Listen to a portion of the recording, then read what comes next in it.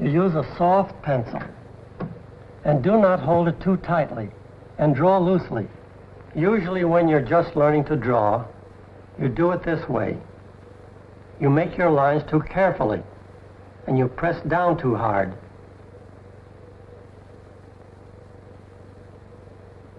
Now let's see one of our studio artists at work. See how smoothly he works. First he sketches out the general outline of the figure, and then fills in the details later.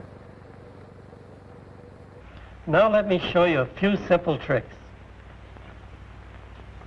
Here's a circle, and an oval, and a pear shape, and a sort of a hot dog shape. With these simple shapes and a few connecting lines, you can draw almost any character you can think of. To show you how it works, let's start with Woody. First we draw a circle and put two ovals inside it.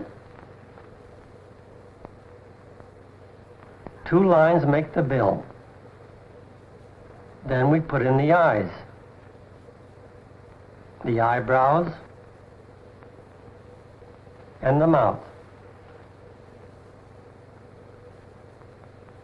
The next thing is to add the top knot. Then the neck. Now the body is made as a simple outline.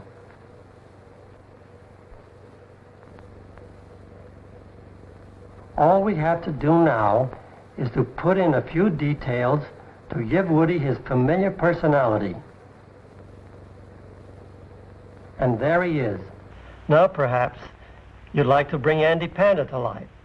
Again, we start with a circle. An oval, then two more ovals for the eyes, two more for the ears, one for the nose, and a line for the mouth. Finishing touches are easy to add.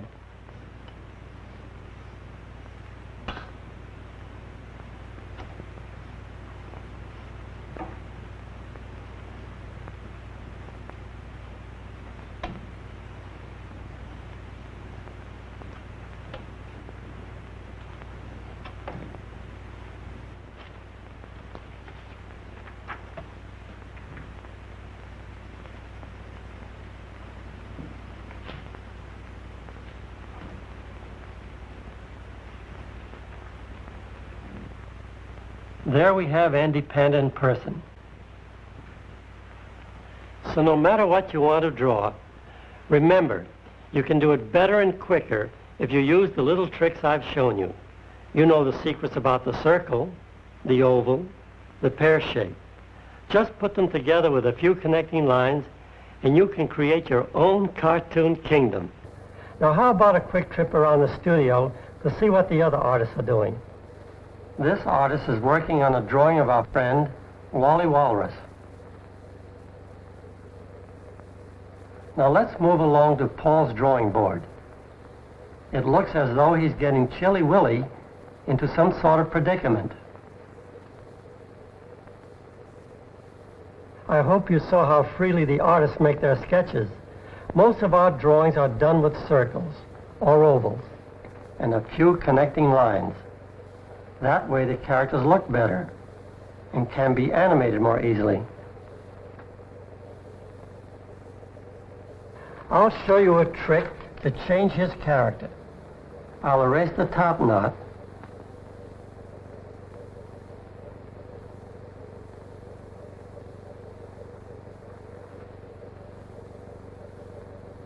Then flip it back this way. Add a hair ribbon to make a ponytail.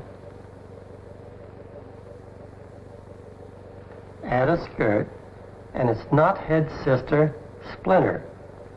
These are only a few of the characters in the drawing book. And on my desk I have just about everything I need to do a Big Nate strip. Starting with my pad of paper, I draw on something called Bristol board. It's nice and smooth. And then my drawing tools, like my non-photo blue pencil, which is really cool. When you photocopy something in non-photo blue pencil, it doesn't show up.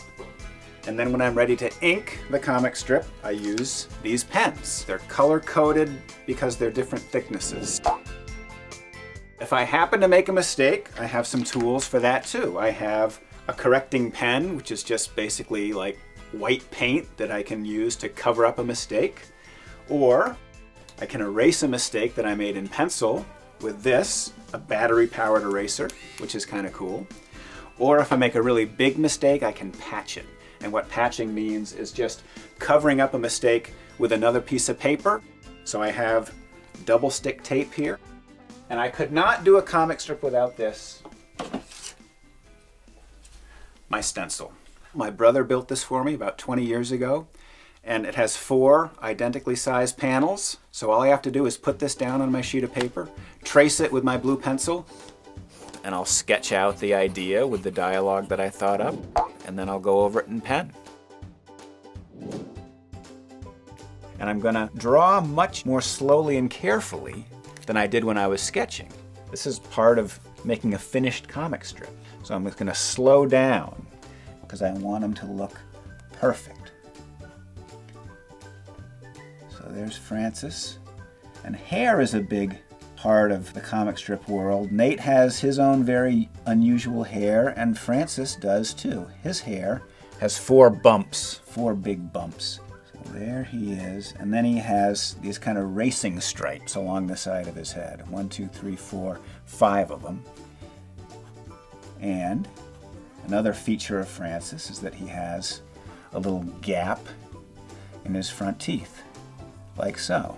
And I'm going to change the way I sketch that hand. I drew it one way, but I changed my mind. I'm going to draw it a different way. And I can do that. And there are his shorts.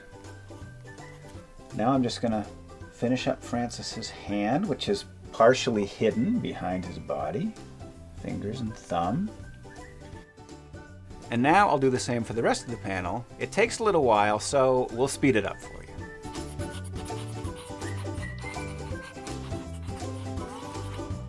There, all done. That's a finished comic strip.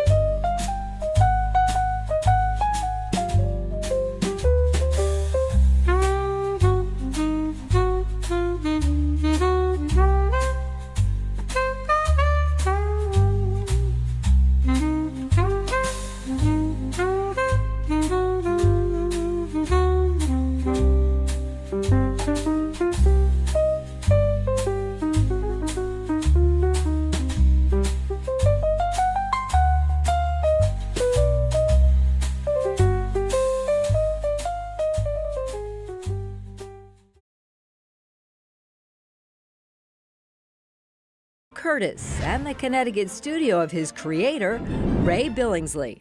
Curtis allows me to express myself freely because I am a quiet person. In Ray's words, few have heard his voice, but he speaks to millions. 43 million, in fact, who read his daily syndicated comic strip, Curtis. Here comes the little guy. Does he come to life for you? Oh yes, he's doing it right now. And in what way is it that you hear his voice? Oh, what he starts doing is saying finish. Curtis is now in its 36th year, and Ray has created stacks of strips tackling a range of topics, always remaining true to his characters and with his readers in mind. If I can make you smile or think for just a few seconds a day, then my purpose is done.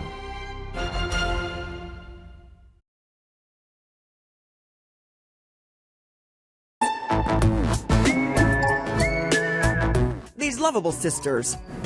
This is Pen. That's her little sister. That's the little sister ink. Are created by the 23-year-old artist. So the characters themselves are actually the authors and the illustrators of these books because it's made under their perspective. Pen and Ink hope their passion for art brings joy to people.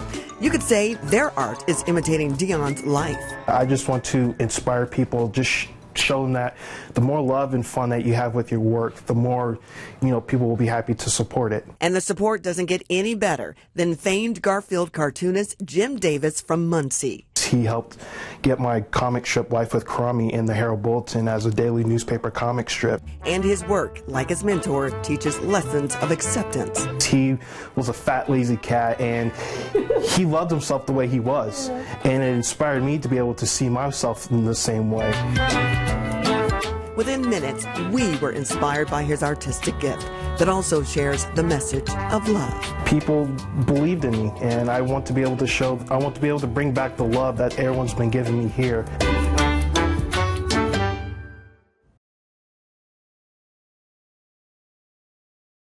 Yeah, so this is an example of a gag that came out of a drawing. I was just doing lots of doodles, and I just had him looking really panicked, like, make the anxiety stop, make it stop.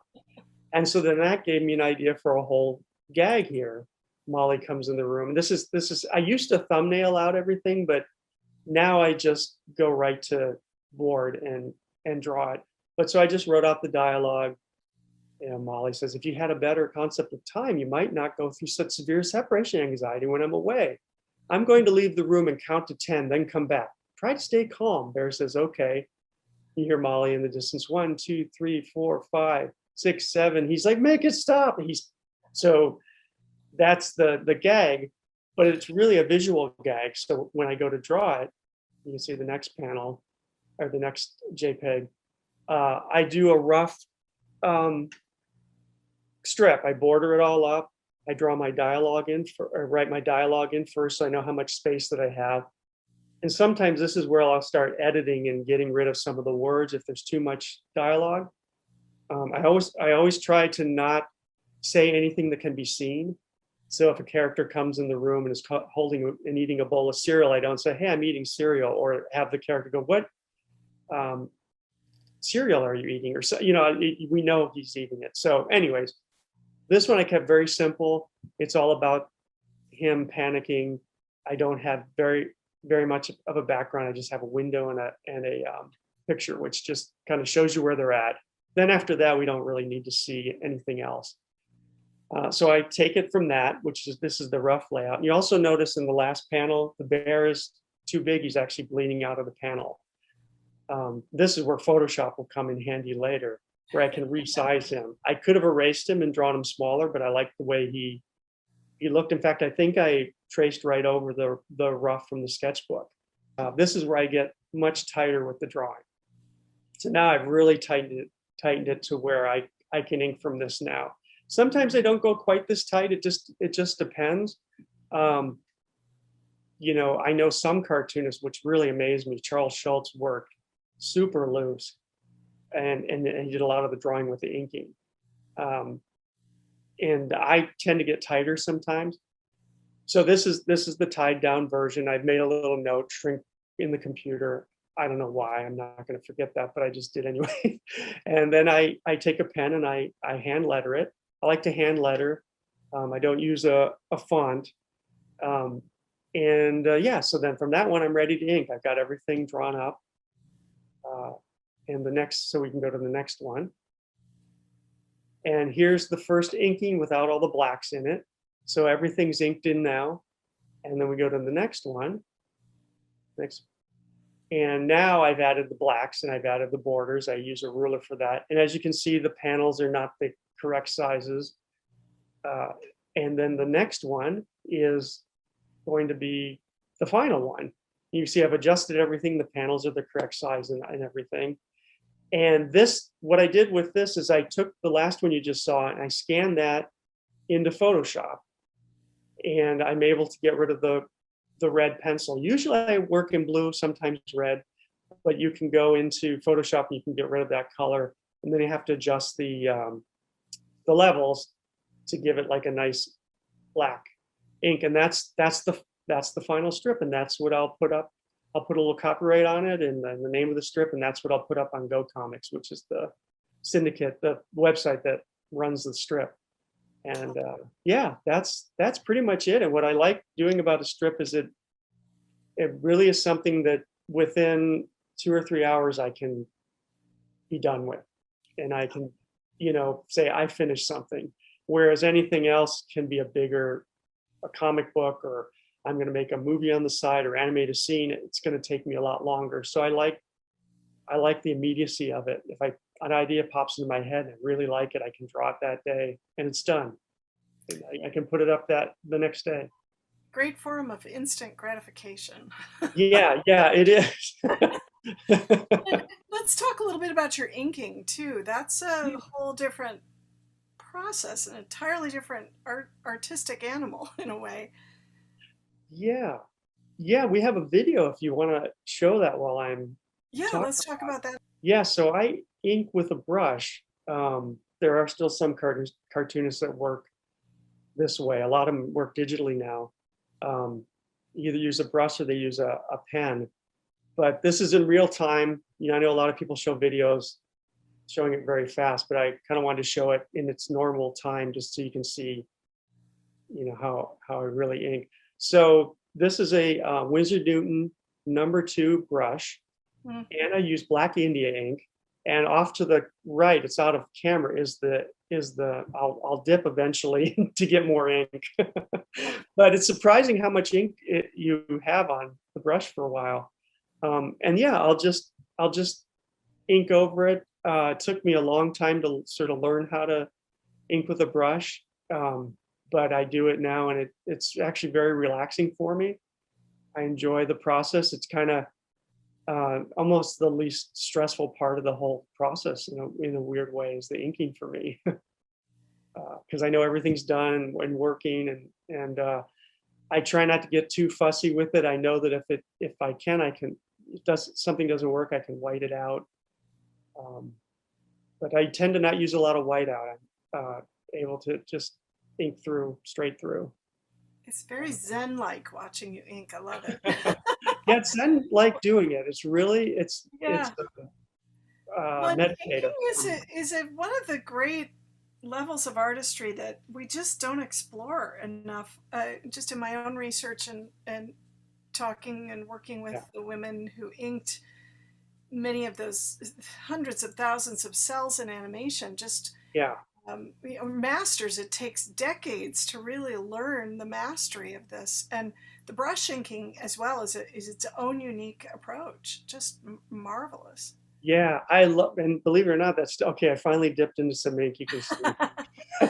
My wife's filming this. I should have showed the ink, but no, it didn't surprise me much ink, because I know people saw this video once. I put it on Facebook, and they said, "Is that a brush that already has ink on it, like an ink brush?" And I love it, yeah. Long, but I think people do beautiful stuff on the computer, and I have no problem with how anybody works. Whatever, I think every process and every way of working is fine and great. And and everything. This is just what I enjoy doing. I never learned how to really ink on the computer. I've learned how to do storyboards on the computer, rough drawings, but this is so different than what I do during the day. So it's a nice break. Yeah. But yes, it's true. Everybody used to ink their comic strips, and a lot of art was used brushwork. You don't really see that so much. Yeah, some studios did, some artists in ink and paint did do brushwork, but most of the main studios were working off of Croquill, which is working with the pens and the ink nibs. But again, this is just fascinating to see. Oh, good. Glad. And I think too, probably you're not. What I'm also thinking about as I'm watching this is you're not as pressured deadline-wise or time-wise. Maybe you are, but this is moving quickly. Because I don't do the strip 7 days a week, and Go Comics lets me post whenever I want to. I post 7 days a week now because I have such a backlog. I run a lot of reruns, and I do like maybe 2 new ones a week. So you can read it 7 days a week. But because I don't have that steady deadline, I don't have to rush. Yeah, I can, I mean, the deadline is my own, where I feel like, oh, I haven't put something up in a while. There's too many reruns. I need to get something new up for people. And also I have this new idea that I'm excited to share with people, see if they like it, or, what comments I'll get. But yeah, you're right. There's no pressure to, hard, fast deadline. It's only a production team waiting for your. Exactly. Now, if I were doing it every day, I don't know. Maybe if I did the strip 7 days a week, I think I would like doing it. But maybe it would be too much. I don't know. But this is also part of the process that a lot of comic artists will hand off to somebody, and I would think you'd be losing some of your line integrity, or unless you really trusted that inker. And yeah, I really like inking, but yeah, comic books tend to always be compartmentalized. It's kind of like animation, where you have the writer, then you have someone pencil it, and you have someone ink it, and you have a colorist.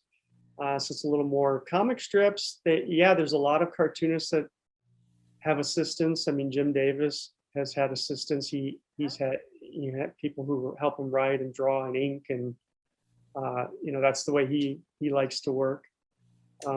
Norman got his start working on the Katie Keene comics, inking doing line work on those.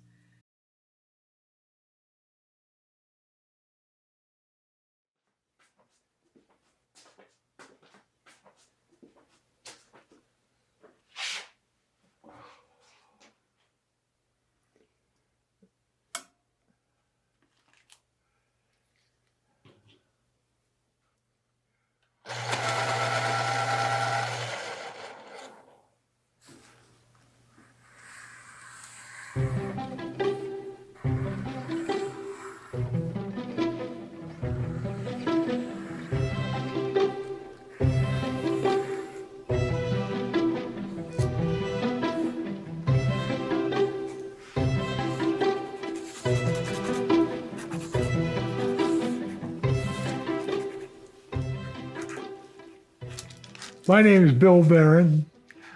I came to Taos in '96. I was a cartoonist with the Taos News for 24 years and 4 months.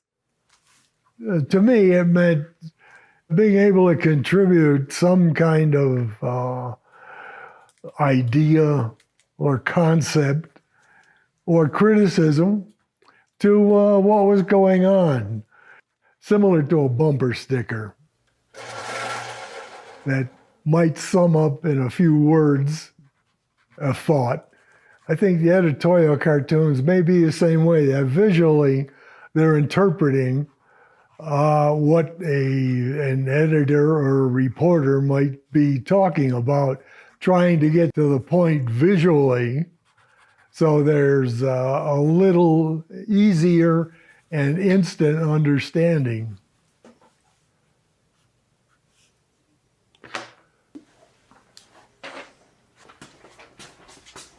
I think there's certain cliches that we grow up with in a culture, and if you use that to make them laugh about an issue, that works. hope newspapers, they have to survive. In some form or another, they will, because communication has got to be there, especially with the clowns we have in politics nowadays. But I still remember laying on the floor reading the paper, and it was big, you know. And as a kid, the Sunday funnies were a big deal. So that's the story, and I'm sticking to it.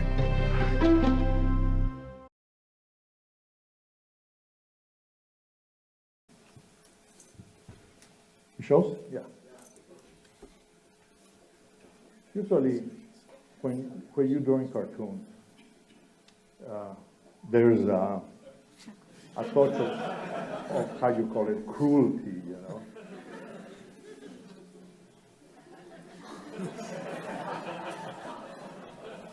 Because it's an old saying about drama is when, humor is when it happened to you, and drama is when it happened to somebody else. You know?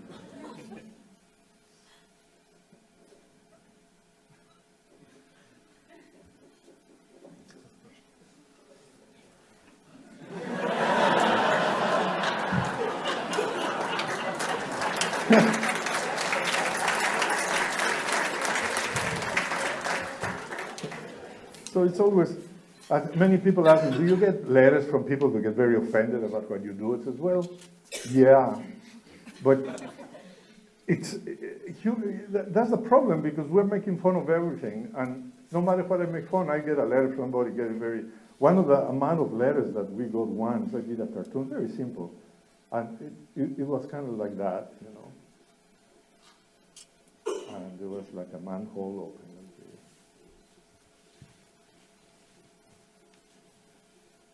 And the only thing I drew was something like this. When people got so offended about it, you know, I didn't mean no harm, you know. It's just part of the humor, you know. But it goes like this about every subject that we do. It's always a little cruelty involved in it. Give me any subject. Acrobats. Acrobats?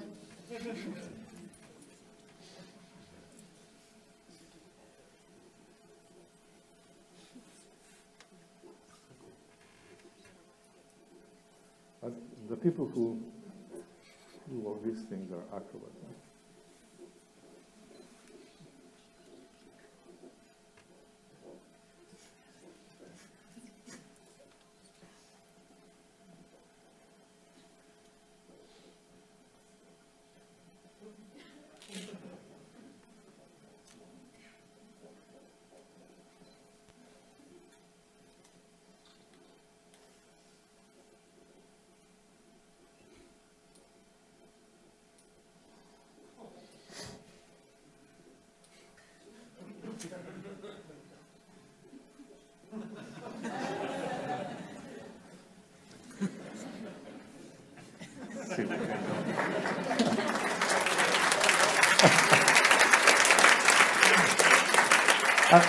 And then, because of the length of the marginal, sometimes you come with silly cartoons, like we're talking about the circus, and you take the liberty and do something like this, you know,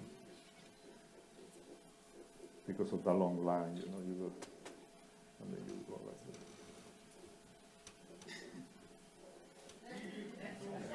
You know, it just makes it a nice little humorous illustration, you know.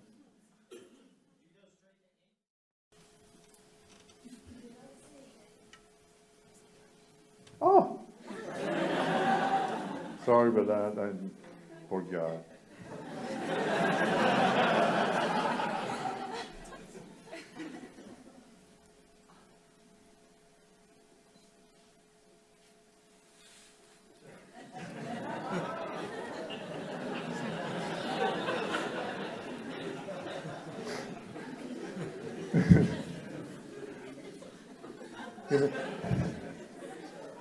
Race cars.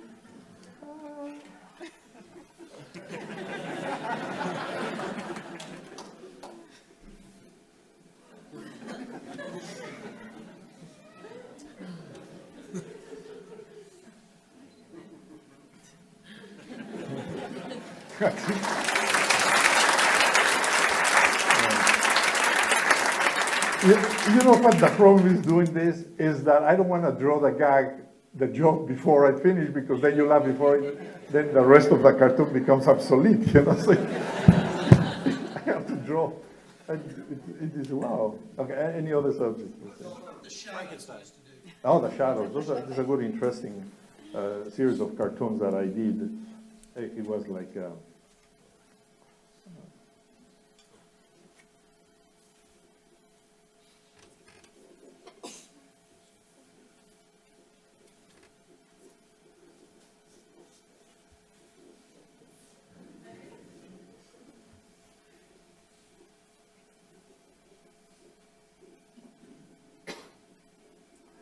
This series I did a few years ago.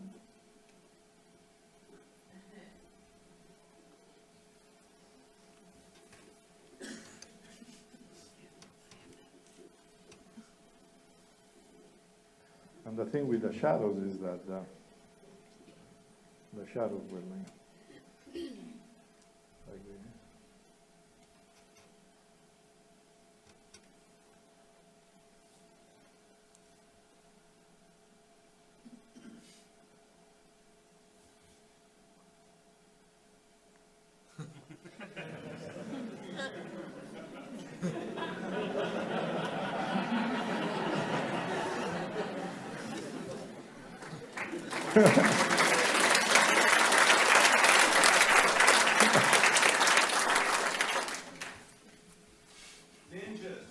Ninjas.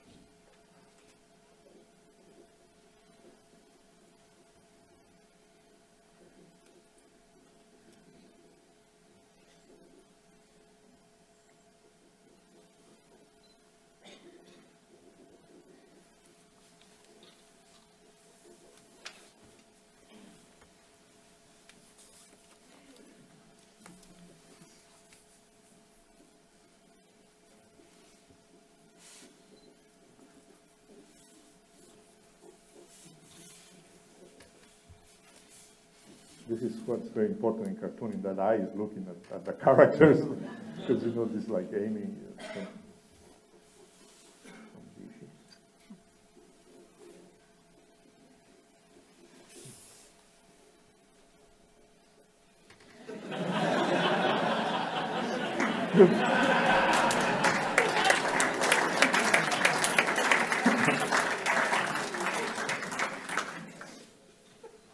And we have tons of it. Wow. You just get like, what one? Animals. Huh? I didn't hear.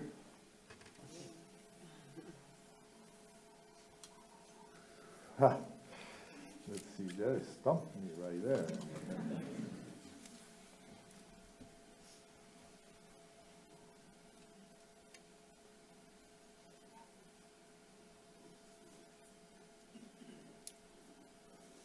Even though the uniforms don't look like that anymore.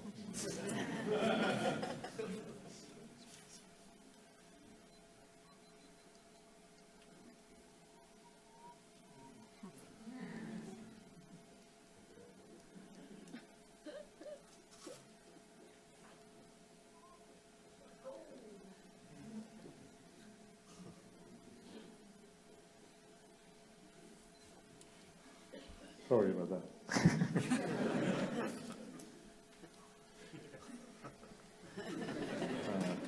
Yeah.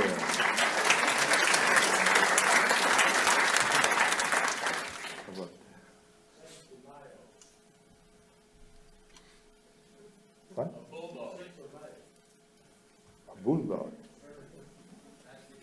Ah, the bulldog. No, I won't fall on that trap.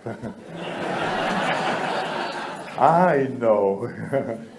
Oh, we have some here. I can copy this one. Also in golf, we do a lot of cartoons with golf.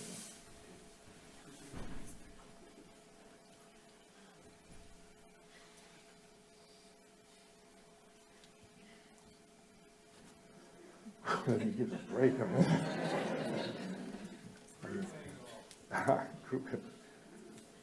Gru is a barbarian that has a sword, you know.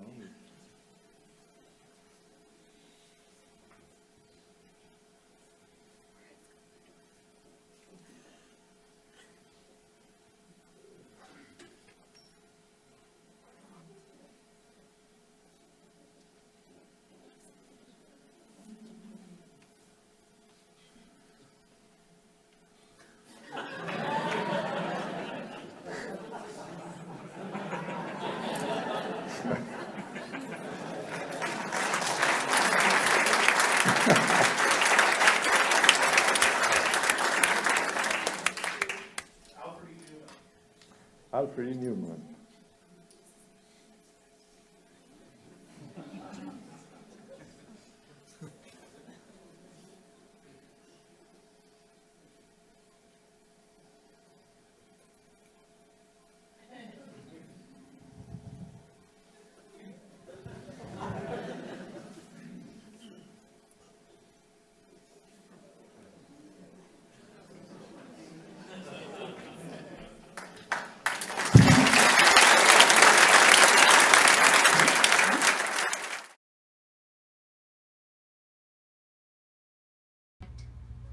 Everybody, Todd McFarlane. We're going to see if we can't do a quick 2-minute Spidey drawing here, give you the basics. So here's how it goes. He's got no nose, so make sure when you're drawing Spidey, don't worry about his nose, right? So you're going to come in here, going to give him a jaw, make sure that the head has a skull back in here, so it's a little bit wider. And then you're going to come in and you're going to give him a neck, going to give him some neck muscle, going to give him the back of his neck. You're going to give him a collarbone. Gonna give him a chest, shoulder, there's some muscles up in here, and then we're gonna come up in here, and we're gonna have the little Spidey up in here. Now, I'm gonna cheat just a little bit here because I've got this tool that some of you don't have. You're using a pencil, and it allows me to make my shapes and just fill it in black. I like to do, as you guys know, if you've done Spider-Man and read some of my Spider-Man stuff, I like to do big eyes. So I'm going to show you the big eye here. I like to make it so that it's a little bit skinnier and it tapers a little bit at the top. So make sure that if you do that, you get there. And now here's sort of really the big trick here of doing Spider-Man. And again, excuse me for the head not being perfect. I'd take more time. Is that now I have to start laying in the lines. So I usually do the first circle here. And then I do the lines here. But you have to start curving them on the head over here. Because eventually those lines, not only do they have to start coming down the face, but they're going to have to start to turn and come down the neck right here. So all of these have to start coming down the neck, and then once you get to the neck, then they have to basically spray back out and go across the body. So again, it's not quite as easy just doing a bunch of straight lines. And then what would happen is you then make these circles here, and I used to like to put a lot of them. Now the thing that I'm doing, because I'm cheating, is that I'm not making webs. I'll show you that at the end, but that's sort of the slow process. But now the other part is you got to start tilting this, and this has to start tilting so that by the time you get to the neck, it starts to tumble. And now you go right here. Notice that my start of those circles was this way, and then it started to fall this way. So by the time I got to the neck, it was going this way, right? So you can see that. And so now once I've got sort of the basic shape in here, now this is where I can sort of add some of the Todd sort of stuff that you guys are used to seeing. I'd come in here and I'd do the shadows, right? Your head's going to connect and do a shadow up in here. Do some feathering lines up in here. Maybe make some feathering lines up on the muscles. You know, you're always going to have some kind of feathering on the back side of the head. All the feathering does is give you a little bit of shadowing, so it just feels like the head is being turned, right? Even sometimes you just give it a little bit of line there so it feels like he's got a little bit of cheekbone.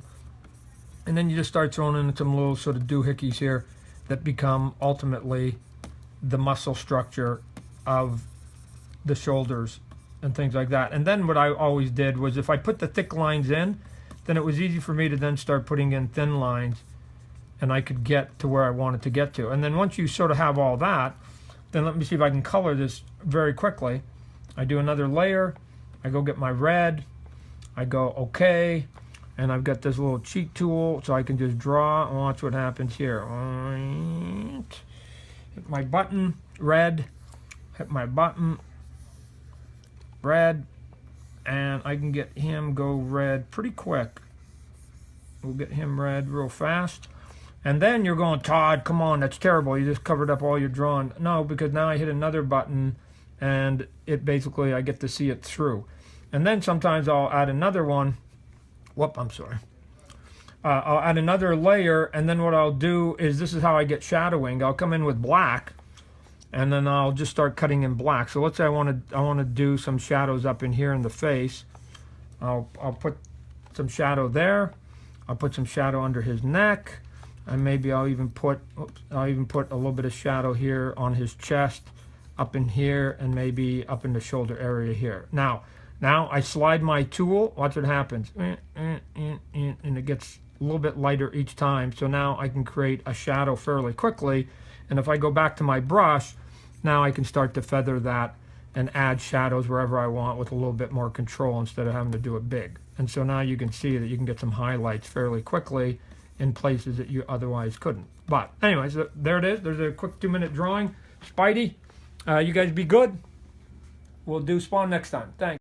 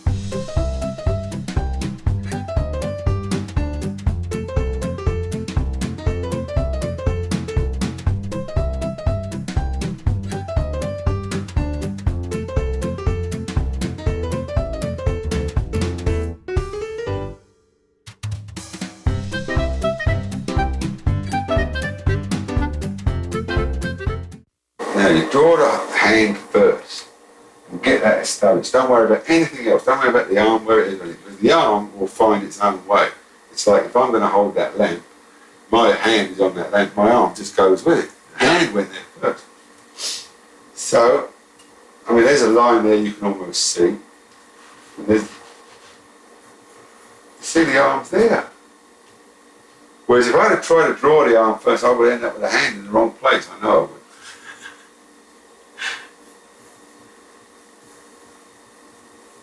Now, obviously, I'll break that line like that. See? You get the point? And like here, I'm going to take that down more so that it delineates the shirt and the coat. Now, if you watch that, it was so similar because it really it started to draw itself, didn't it? You know, like the nose and the eyes and everything, it almost fell into place on its own because you could see it on the paper before you put it down. Yeah. You bring another one over for me, Keith. You see the difference between this guy and this guy. I mean, look. See the point? It's like this one is a funny drawing. Well, this guy is just attempting to draw someone. But this guy grew on the paper. Right. And that's the difference. That's the difference between art and anything else. And most art that they put in museums and galleries, it isn't art at all. Because it didn't grow on the paper. You can see they really very carefully nurtured it into being what it is. And that's craft. It's craft, but it's not art. Now,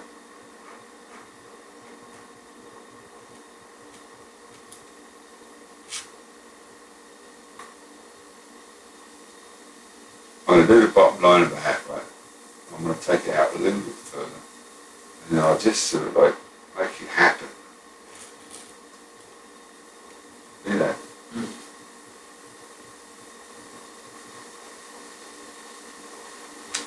Now it's not going to look exactly like the same guy that I was drawing earlier, but it will be another guy. Some of these older oils got dots on.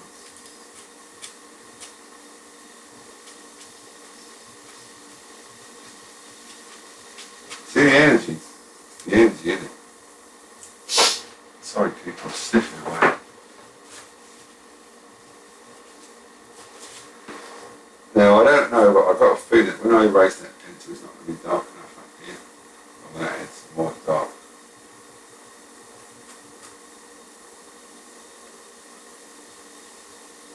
Now, this is where I draw a line quickly, because for some reason I think this is important. I don't know why, I can't explain why. That line there, I think, should have a certain clean cut quality to it. I'll try and do it quick like that. Now, ties. Ties are very hard to draw. What you do is you go like that, and then like that, and that avoids drawing a tie. See my point? Yeah.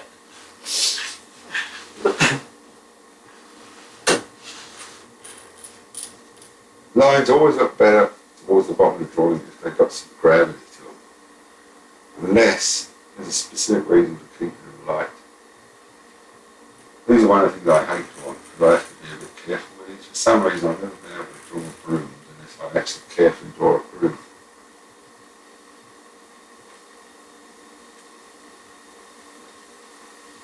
See, that's the thing you're conscious of all the time. I know that from some of the things you did say. It's like shadow. See, that if he's holding that broom, you really want to get a shadow behind that broom over there, because in that way.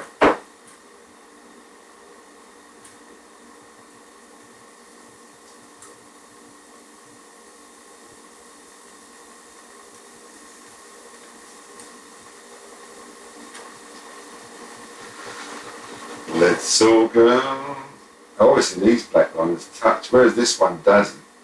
Doesn't touch on the broom. This one does, obviously, because it's next to the broom. It's actually touching the broom. It's almost like a pun. And this is touching the broom and that isn't. Yeah. You know what I mean? Now, just under the bottom of the hair there, I don't want to make it dark because it will look like more hair. So I'll just draw a little touch of a line and I'll keep it light until I get away from the hair.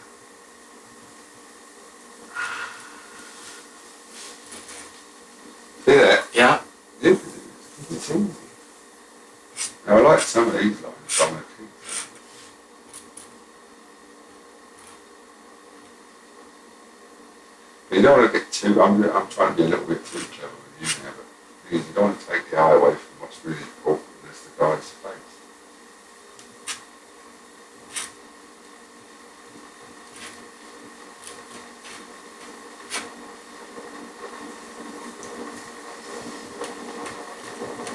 See that? Yeah.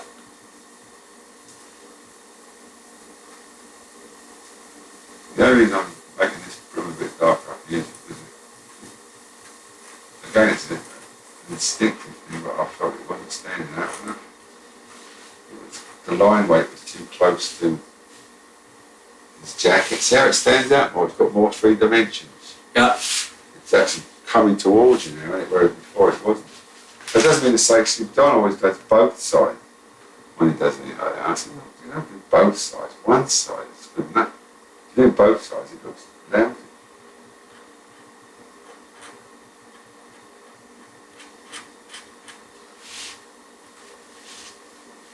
This would be dark under here. It's another important thing. You have to do that because people can't see what it is if you don't do that. Bottom can be dark. See, when you look at that piece, you can almost see that line there is not dark enough, can't you? Yeah.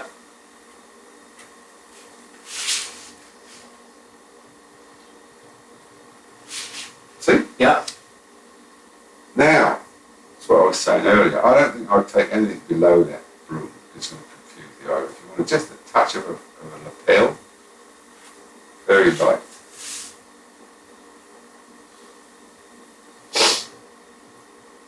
Button. Could do button. But I can never remember which side things button now.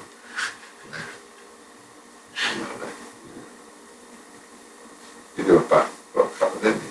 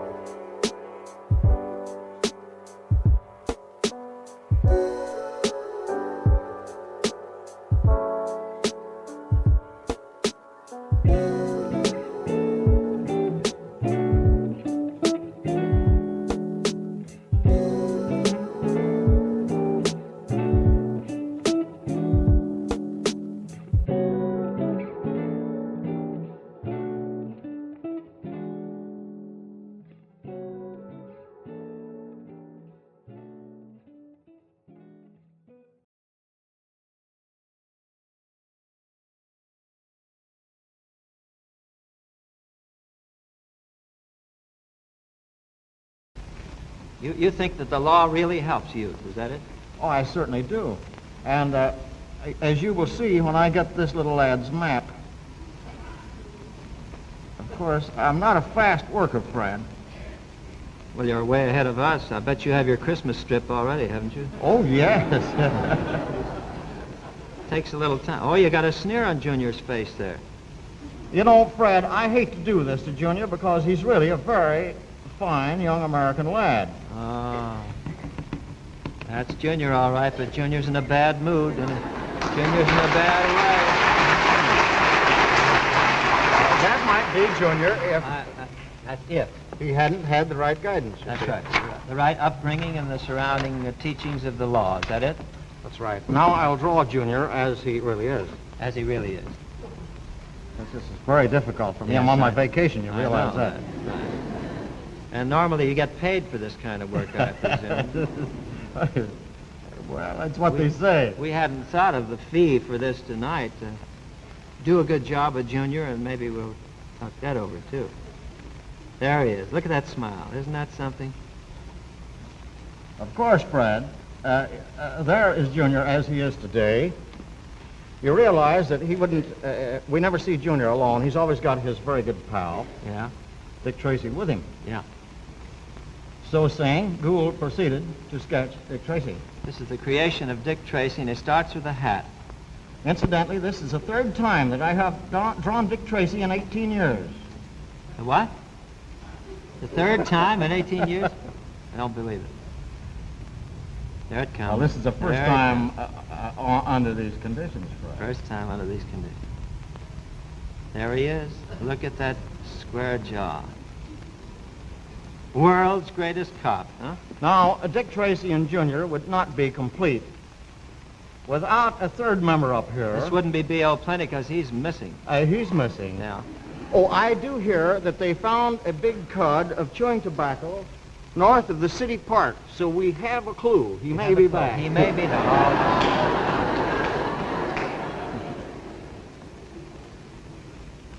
Oh, this is... It's Patton, right? This is our friend Pat Patton. Pat Patton, police chief, right? It's... great. This is the era of the silent picture. It's great to be A P-A-L. What does that mean, Chet? That is PAL. the Police Athletic League of Philadelphia, Fred. I'm very happy to say. Isn't that who wonderful? Sponsored Isn't and that got here beautiful tonight. drawing? Isn't that nice?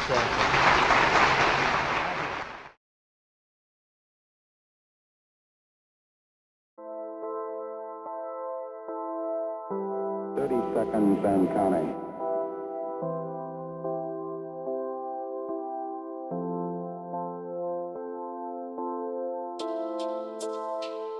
Seconds and counting.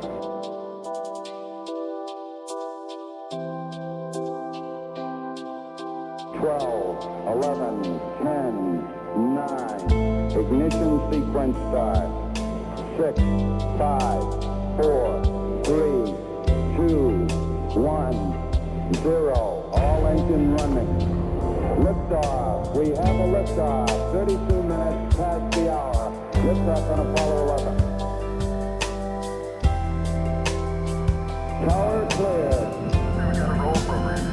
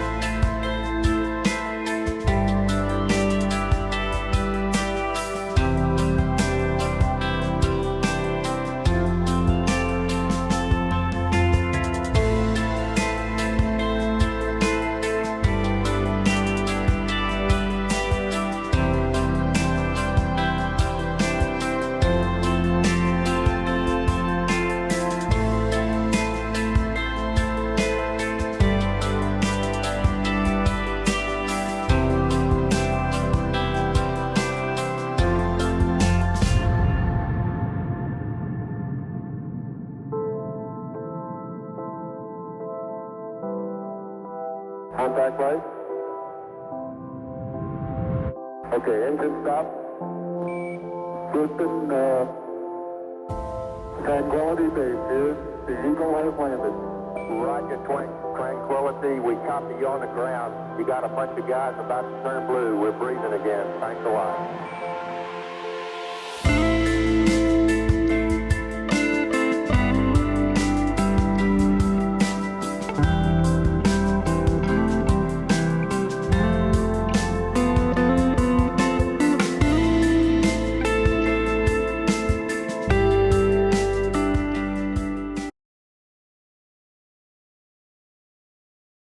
So here's an old book, and let's see if we can draw an old character from it. You guys probably are too young to know who Popeye is, but we watched him on TV a lot back in the old days. So let's look at a couple of Popeye model sheets. Here's the main model sheet. I would guess that it's from the mid-30s. And there's Olive Oil, his girlfriend. And these were done at the Fleischer Studio in New York. There's the Bluto model sheet for the same time. Notice how everything is broken down into basic shapes: circles, cylinders, ovals, ellipses. And then if we look at what seems to be publication model, where is it? Here, this is a much more finished inked look, but still they break it down for their guys into basic shapes. I guess this is an animation sheet, but it just looks so so finished. And that's what he looked like in the 30s. And a little bit later on, they changed his look, I would guess because more guys from California studios came to work there, or they just copied the animation style of the West Coast studios. And so we get these model sheets that look a bit different. He is posed a bit differently. He is more, his one eye is open wider. It's a totally different look than the 30s model sheet. But let's take a look at the older one.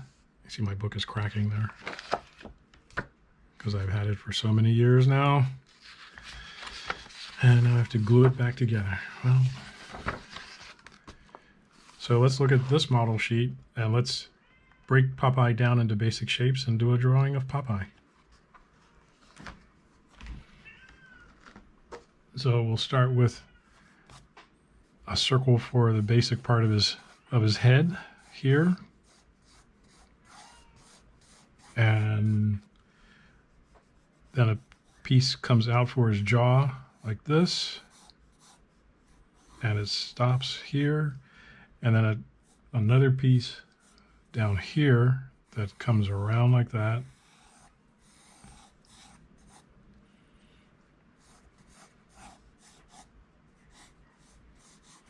Maybe this piece is a little bit longer, and this piece comes out a little bit more like this. But that's the basic shape of Popeye.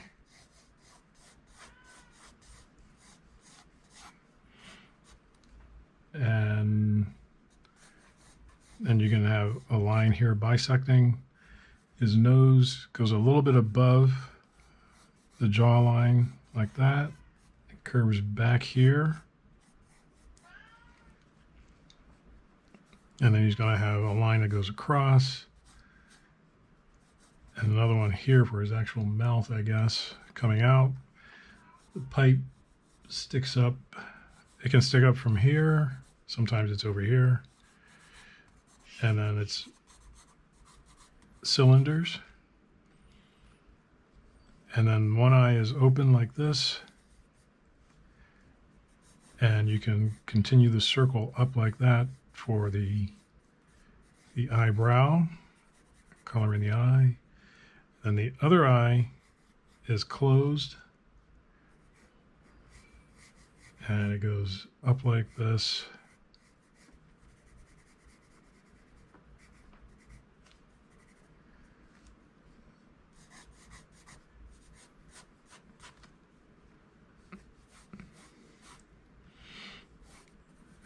his ear is back here, like that.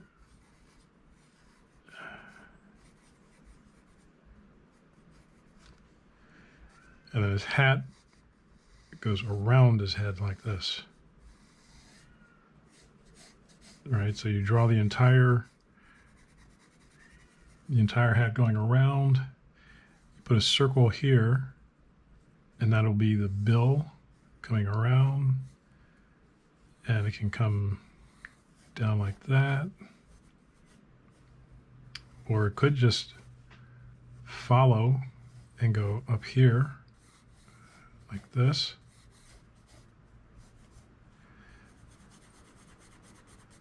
And you color it in there. And then the top of the hat, it'll have to go out like that, up, and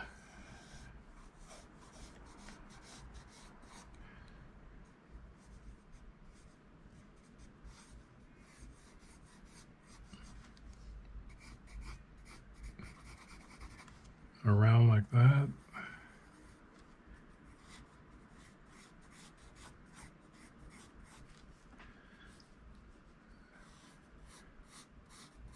Keep the shapes organic.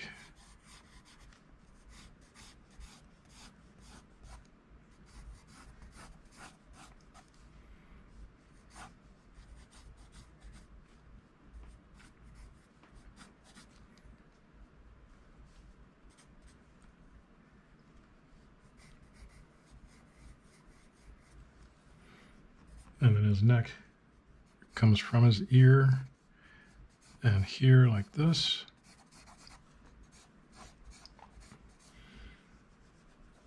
His basic body, you round off the shoulders like that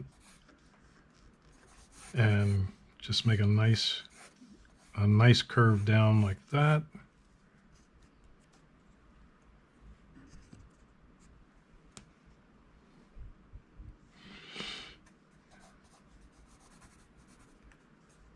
And then the arms can come one, and then another big circle here for the forearm, and then this one out and here, and then another big circle for the forearm.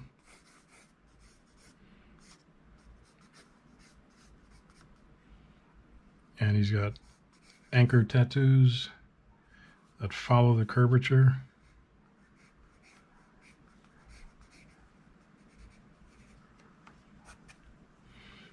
And his sleeves are big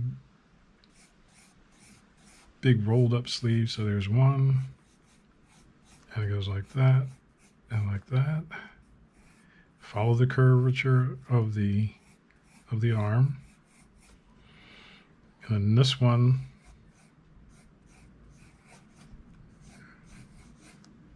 goes like this.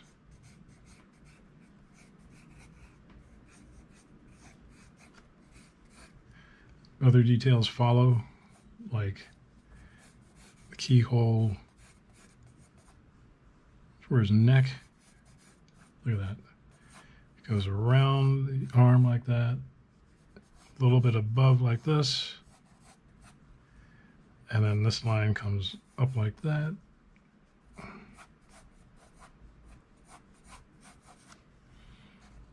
And here, and this is darkened in. This Popeye version wore navy blues all the time. At some point, someone decided we should put him in navy white instead, and that was the later Paramount famous studio version of Popeye. I put a little knob here for his elbow. And on that side,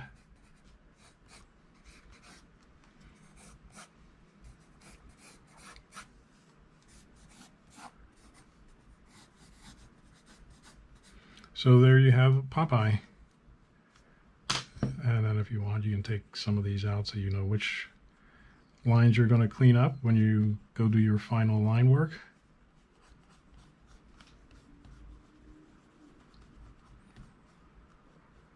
And like I said, I used an HB pencil, and this is pretty slick paper here that I'm using. So the pencil can glide on this paper. We would see the kind of the bottom of the pipe, so then this line goes up like this, and maybe he's doing one of his famous smoke things out of the pipe like that.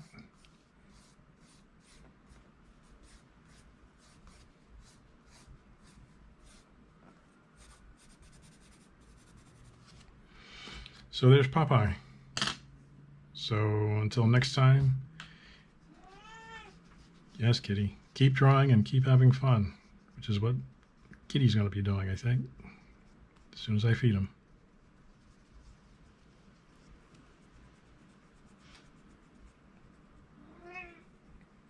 You said it, Kitty.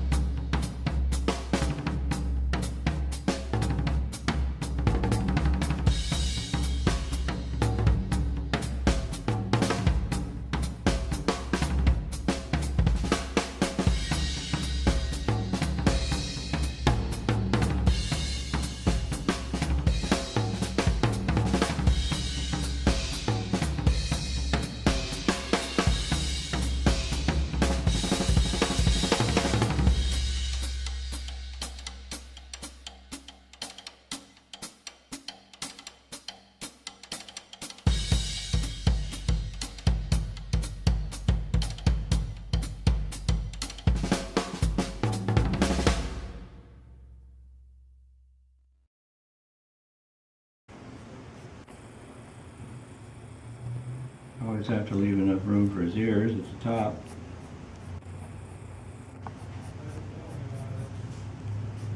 Do a quick layout first before I finish him up.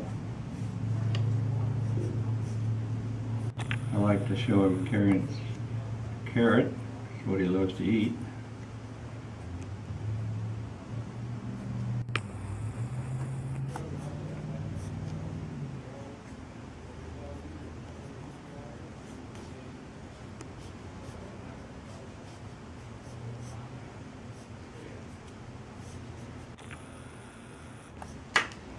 We call these quick sketches because we try to do them in a hurry, and they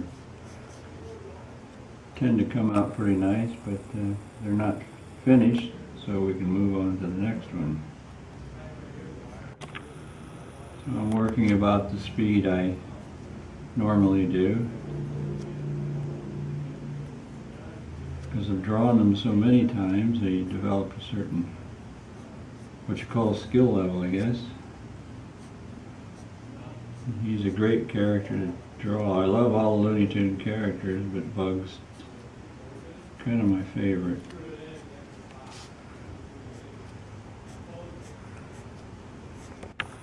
I like his attitude,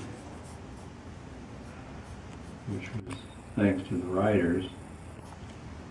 I was just one of the guys that drew him.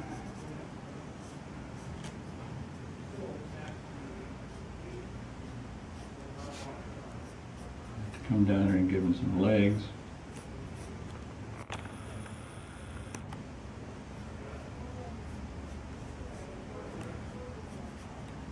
And use those to give him a bit of an attitude.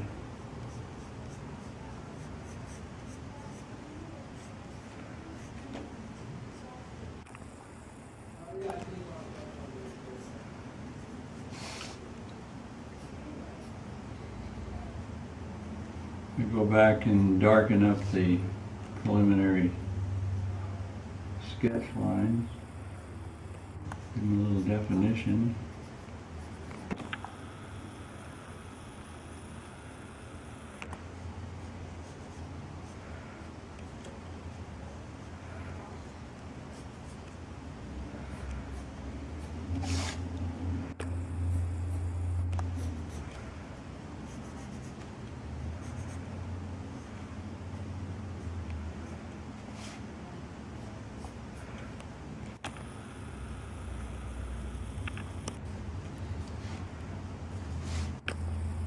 I'm just throw in a little gray color.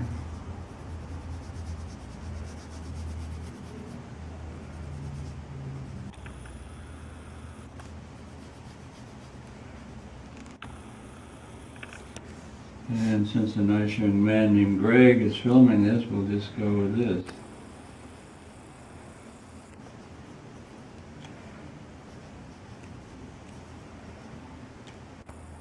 Instead of What's Up, Doc. And that's a fairly quick Bugs Bunny.